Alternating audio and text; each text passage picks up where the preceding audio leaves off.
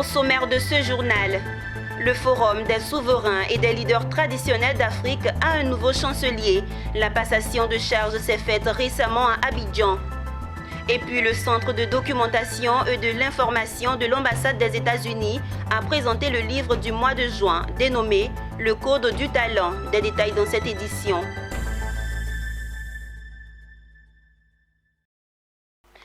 Bienvenue Mesdames, Messieurs, merci de suivre le journal sur Business 24 Africa.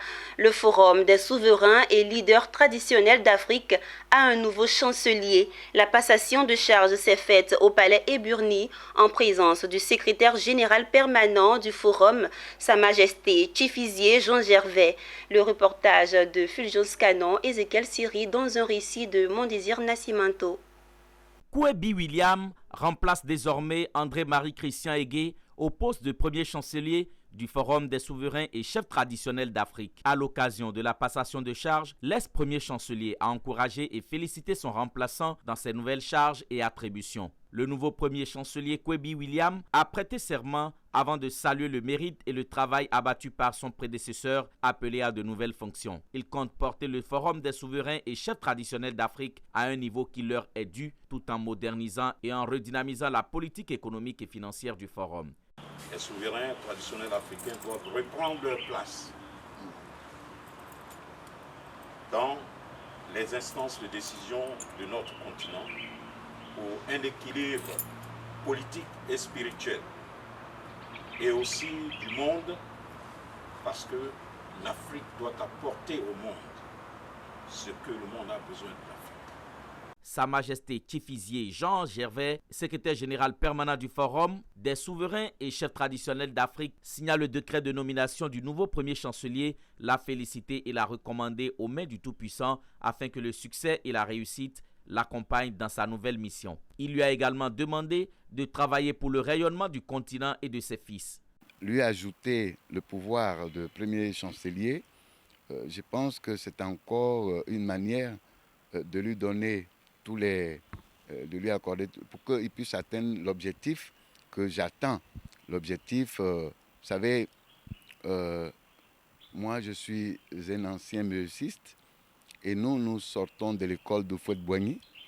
Et la politique d'Houphouët-Boigny en son temps, c'était de développer les régions de la Côte d'Ivoire pendant les fêtes d'indépendance. Il choisissait une région et il faisait le développement. Aujourd'hui, nous pensons que l'Afrique aussi doit être développée et nous allons faire comme les anciens. Cette expérience qui a réussi en Côte d'Ivoire, nous pouvons la mettre en marche en Afrique. Ça veut dire que chaque 2 ans, nous allons choisir un pays où nous allons réaliser des projets de développement. Le Forum des souverains et chefs traditionnels d'Afrique travaille à la promotion des valeurs et cultures africaines ainsi qu'à la cohésion sociale entre les chefs traditionnels africains. Son secrétaire général permanent, Sa Majesté Tchifizier Jean Gervais, a été couronné roi David le 11 septembre 2019 dans la ville 5 d'Assom en Éthiopie. Une page de littérature à présent dans cette édition. Le Code du talent, c'est le livre du mois de juin qu'a présenté le Centre de documentation et d'information de l'ambassade des États-Unis. Une présentation faite par des panélistes à qui l'occasion a été donnée d'expliquer clairement les points développés dans cet ouvrage dont l'objectif est d'offrir à tout individu l'opportunité de développer un talent. Walter Kofi et Marius Siri nous en parlent. On ne naît pas talentueux, on le devient. L'auteur Daniel Coyle, dans son livre Le Code du talent, démontre comment le génie s'acquiert. Cette affirmation, l'auteur la tient d'une découverte scientifique sur une composante du cerveau du nom de myéline qui serait à l'origine du développement des compétences. Des experts sur la question ont autour d'un échange donné quelques points clés développés dans l'ouvrage et qui permettraient à tout individu de devenir talentueux dans une discipline de son choix. Alors, ce livre est porteur d'espoir, dans le sens où les découvertes sur la myéline nous montrent que la médiocrité, ou ce qu'on traite de nul, en réalité, c'est loin d'être une fatalité, mais c'est plus une absence d'effort et de pratique. Cela veut dire qu'il n'y a pas d'âge pour apprendre. on n'a pas forcément à se dire que comme j'ai 50 ans révolus, je n'ai plus la tête en place, donc je n'ai plus besoin d'apprendre. Non, on peut acquérir des talents à tout âge. Le centre de documentation de l'ambassade des États-Unis, initiateur de ces échanges, souhaite à travers la présentation de ce livre réveiller le potentiel des populations situées dans les pays du tiers-monde. Les experts interpellent les pays tels que la Côte d'Ivoire à s'approprier cette méthode. Ce livre, il est sur le marché. Si l'État ivoirien ne saisit pas cette occasion, mais les autres vont la saisir.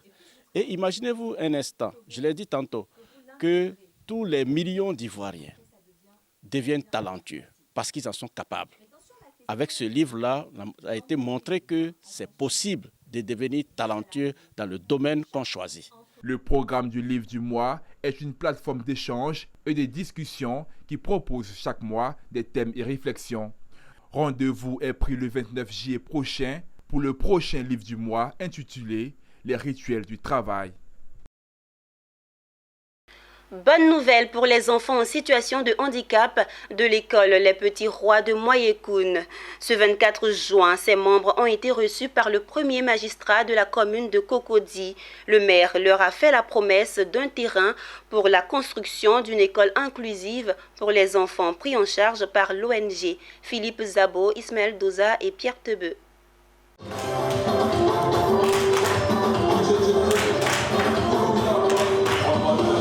C'est par des sketchs, des poèmes et des chants que les enfants en situation de handicap de l'école primaire Les Petits Rois de Moayekoun de Bingerville se sont présentés eux-mêmes au maire de la commune de Cocody.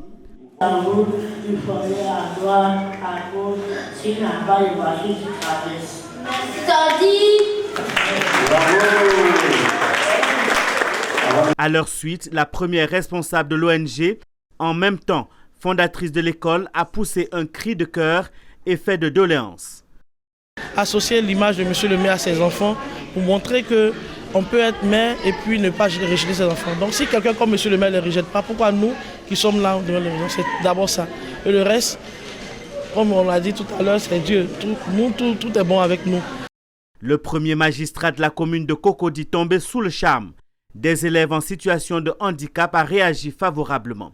Il a offert séance tenante une enveloppe et promis un terrain dans les limites de sa circonscription pour la construction d'une école. Vous ne pouvez pas dire quelque chose sans le respecter. Ces enfants-là n'ont rien à me demander. Ces enfants-là n'ont rien à envier de ma personne. Ces enfants-là n'ont aucun calcul vis-à-vis de ma personne. Et c'est ce qui me plaît. Et c'est ce qui fait que je serai dans l'obligation d'être à leur côté et de réagir. L'ONG Moayekoun fait face à de nombreuses difficultés. Elle squatte une salle de classe au sein de l'école Sainte-Famille de l'Enfant Jésus à la Riviera Faya. À Adjamé-Bingerville, c'est un préau offert par la chefferie qui lui sert de salle de classe. Rendons-nous à Yamoussoukro. En début de semaine, la capitale politique de la Côte d'Ivoire a accueilli la réunion du Conseil de médiation. En marge de cette rencontre, il a été remis au médiateur de la République, Adama Tounkara, un plan stratégique de développement élaboré par un cabinet privé. Un plan pour aider à la résolution des conflits en Côte d'Ivoire. La Côte d'Ivoire veut se donner les moyens de résoudre, prévenir les crises et parvenir à une paix durable. C'est l'espoir placé dans l'institution le médiateur de la République. Mais la paix a un prix. C'est en tout cas ce qui ressort du plan stratégique de développement et de paix, élaboré par un cabinet privé remis ici à Adama Tounkara, médiateur de la République. C'est un plan stratégique d'environ 16,344 milliards de francs CFA qui va permettre de résoudre et prévenir les crises en Côte d'Ivoire. Il comporte 4 axes majeurs: l'autonomie financière, l'amélioration de la performance technique, l'amélioration de la visibilité de l'institution et le développement durable du capital humain. Notre cabinet a été support méthodologique. Ça veut dire qu'on a aidé l'institution à se poser les bonnes questions, à trouver ses propres réponses. Et puis nous avons challengé ces réponses pour nous assurer qu'elles étaient cohérentes et qu'elles permettraient donc à l'institution d'atteindre ses objectifs. Le médiateur de la République s'est félicité de la démarche participative et inclusive qui a guidé l'élaboration de ce plan et assuré que ce plan permettra d'assurer une meilleure coordination de toutes les actions futures qui seront menées par l'institution. Après la remise du plan stratégique, place à la réunion du Conseil de médiation. Un moment d'échange entre le médiateur de la République et les médiateurs régionaux en vue de faire le point des activités de la médiation sur l'ensemble du territoire national. Nous devons travailler encore davantage pour asseoir en Côte d'Ivoire une paix et une cohésion sociale durable. C'est dans ce sens-là que nous travaillons. J'ai félicité tout le monde pour la grande action pour le grand travail qui a été abattu et les encourager à progresser, à aller dans le sens de rétablissement de la cohésion sociale dans tout le pays. Le médiateur de la République a pour mission de faire souffler sur toute la Côte d'Ivoire un vent de paix et de faire de la Côte d'Ivoire un pays où la cohésion sociale est un atout pour son développement. C'était un reportage signé Charles Kouakou, commenté par Nadia Eounoud. Rendons-nous à Méagui. La filière cacaoyère continue de payer un lourd tribut à la Covid-19. À Soubré, la semaine dernière, l'entreprise coopérative agricole de Gnipi 2 était en assemblée générale. Contrairement aux années précédentes, cette année, la coopérative a annoncé un stock de cacao invendu de 320 tonnes dans son magasin de stockage, fragilisant ainsi ses activités. Les détails avec Kone Amadou dans un récit de Daniel Kodjo. À Gnipi 2, dans la sous-préfecture de Upoyo, les entrepôts de l'entreprise coopérative agricole Ekani Scoops sont pleins à craquer. Plus de 300 tonnes de fèves de cacao stockées qui cherchent des preneurs. C'est dans cette atmosphère de mévente de cacao que Ekani Scoops a organisé son assemblée générale ordinaire de 2021 en vue de faire le point de la gestion de la campagne 2020, elle-même bousculée par la crise qui secoue la filière du fait de la pandémie à coronavirus. Selon son président du comité de gestion Balogo Aruna, l'entreprise a connu d'énormes difficultés d'évacuation des produits collectés auprès de ses membres. À l'entendre, avec l'avènement de la pandémie de la Covid-19, ce sont au total 320 tonnes de cacao collectées et non commercialisées des producteurs membres de la coopérative qui sont stockés dans le magasin, mettant du coup de l'entreprise en difficulté. C'est pourquoi il a lancé un appel pressant au gouvernement, au Conseil du café cacao, afin qu'une solution soit trouvée au problème de ce gros stock de cacao eu égard à la grosse pression des producteurs et aussi des engagements financiers de l'entreprise. On demande à l'État de nous aider pour qu'on puisse évacuer notre cacao. Sinon, vraiment, si ça fait encore 2 semaines dans mon magasin, on risque d'avoir problème de qualité. Donc c'est sur ce que je voulais lancer mon cri de cœur. Dans le rapport de gestion lu par le directeur Kwame Kwasi Armand, l'entreprise a pu commercialiser 4 526 tonnes 618 kg de cacao du 1er janvier au 31 décembre 2020. Elle a réalisé un bénéfice de 13 millions de francs CFA. Ce résultat a permis à l'entreprise de réaliser des projets sociaux au profit de ses membres. Présents à cette assemblée générale, Traoré Lamine et Gorebi Edouard, respectivement coordinateur qualité au Conseil Café Cacao à Soubré et directeur départemental de l'agriculture de Méagui, ont tour à tour expliqué les difficultés liées à la commercialisation du cacao avec l'avènement de la Covid-19. Ils ont surtout insisté sur les efforts en cours au niveau du gouvernement pour résoudre ce problème sanitaire qui frappe même les grandes puissances planétaires. La cérémonie a été marquée par la remise d'un tricycle d'une valeur de 1 850 000 francs CFA de la part du partenaire GIZ aux femmes de la coopérative en vue de les rendre autonomes. Un geste fort salué par les bénéficiaires. Rendons-nous à Iré, dans le département de Divo, où la société coopérative Sokaï était en assemblée générale. Au cœur des échanges, le bilan de leurs activités, l'organisation de la coopérative et la gestion des collectes et de commercialisation du cacao. Jonas Zagoki dans un commentaire de Daniel Kodjo. Un bilan jugé satisfaisant pour la société coopérative de Iré Sokaï. Plus de 1900 tonnes de cacao ont été collectées pour la campagne 2020-2021. Le plus gros volume de cette année a été vendu en ordinaire et en conventionnel. Il s'élève à 1115 tonnes 193 kg, soit 58% du cacao collecté. Le volume du cacao vendu certifié FTUSA élevé à 488 tonnes, 493 kg, a généré une prime de plus de 47 millions de francs CFA. Dieu merci, nous sommes à 1954 tonnes et la campagne n'est pas encore achevée. La campagne court jusqu'au 30 septembre 2021, parfois, et donc on a encore du volume à revendre, ce qui veut dire que la coopérative va dépasser ses engagements. Aujourd'hui, nous sommes en train de réaliser la réhabilitation d'un dispensaire à hauteur de 16 millions dans une de nos sections. Nous avons donné des kits scolaires, nous avons donné des médicaments au centre de santé ruraux, en tout cas, et vraiment les planteurs sont satisfaits. Cette année, Sokaï a dépassé son tonnage de l'année passée. L'année passée, nous étions à 1630 tonnes. Actuellement, pendant qu'il nous reste encore 3 mois, nous sommes déjà à 1959 tonnes. Il ne reste qu'une seule remorque pour atteindre les 2000 tonnes. Placée sous le signe de la responsabilité partagée, l'Assemblée générale des membres de la société coopérative de Iré Sokaï s'est déroulée en présence de tous ses membres. Il en ressort que les délégués de section doivent dorénavant encadrer les producteurs comme le stipulent les statuts de la coopérative. Les délégués collecteurs, quant à eux, doivent pleinement jouer leur rôle de superviseurs des sections. Tous sont unanimes sur le fait que le rayonnement de la Sokaï dépend d'une bonne collaboration entre les membres.